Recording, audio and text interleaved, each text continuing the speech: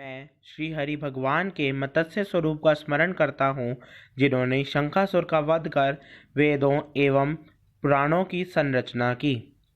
चतुर्थ अध्याय। नारद जी बोले, ऐसा कहकर विष्णु भगवान मछली रूप धारण कर विंध्याचल काशी कश्यप की अंजलि में प्राप्त हुए।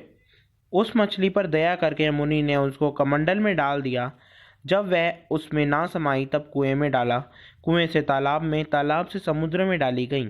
तब मत्स्य रूपधारी भगवान शंखासुर को मारकर बद्रीवन को गए और वहां सब ऋषियों को बुलाकर भगवान बोले कि जल के अंदर वेद निमग्न हो गए हैं, तुम उन्हें ढूंढो और शीघ्रतापूर्वक जल में से निकालकर रहस्य समेत ले आओ। मैं सब देवताओं सहित प्रयाग में निवास करूंगा।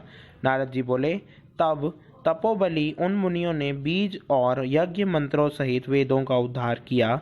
उन ऋषियों में से जितने जो निकाला वह भाग उसी ऋषि के नाम से प्रसिद्ध हुआ। पीछे सब मुनि मिलकर प्रयागराज को गए और प्राप्त हुए वेद ब्रह्मा सहित विष्णु भगवान के अर्पण किए। संपूर्ण वेदों को पाकर ब्रह्मा जी ने प्रसन्न हो देवताओं और ऋषियों सहित अश्वमेघ यज्ञ किया।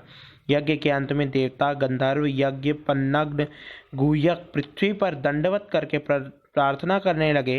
देवता बोले, हे देवादिदेव, हमारी विज्ञापति श्रवण करो, यह हमारी प्रसन्नता का है, इससे तुम वरदान दो। हे रमापते, इन ब्रह्मा जी ने इस स्थान में नष्ट हुए वेदों को फिर पाया है और हमने यज्ञ के भाग प्राप्त किए। इसीलिए आपके प्रसाद से यह स्थान पृथ्वी में अत्यंत श्रेष्ठ और पुण्य देने वाला है और यह महीना भी ब्रह्म हत्या आदि को दूर कर अक्षय फल देने वाला हो। श्री विष्णु भगवान बोले, हे देवताओं, जो बात तुमने कही है यही मुझे भी प्रिय है, सो ऐसा ही होगा।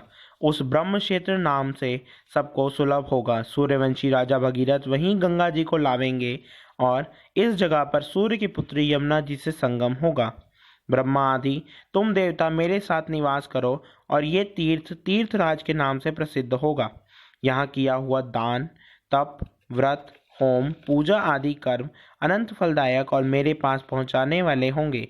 अन्य जन्मों के लिए ब्रह्म हत्या आदि पाप भी इस तीर्थ के दर्शन मात्र से नष्ट हो जाएंगे। जो पुरुष अपने पितृईश्वरों का श्राद्ध करेंगे उनके पितृगण मेरे स्वरूप को धारण करेंगे। माघ मास संक्रांति मकर संक्रांति में प्रातःकाल स्नान करने से उनके दर्शन मात्र से ही संपूर्ण पाप ऐसे नष्ट हो जाते हैं जैसे सूर्य से अंधेरे का नाश हो जाता है।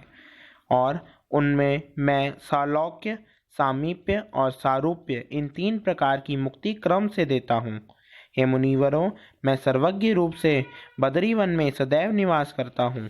जो फल और स्थान 100 वर्ष से मिलता है वह मुझको वहाँ एक दिन में ही अति प्राप्त होवेगा।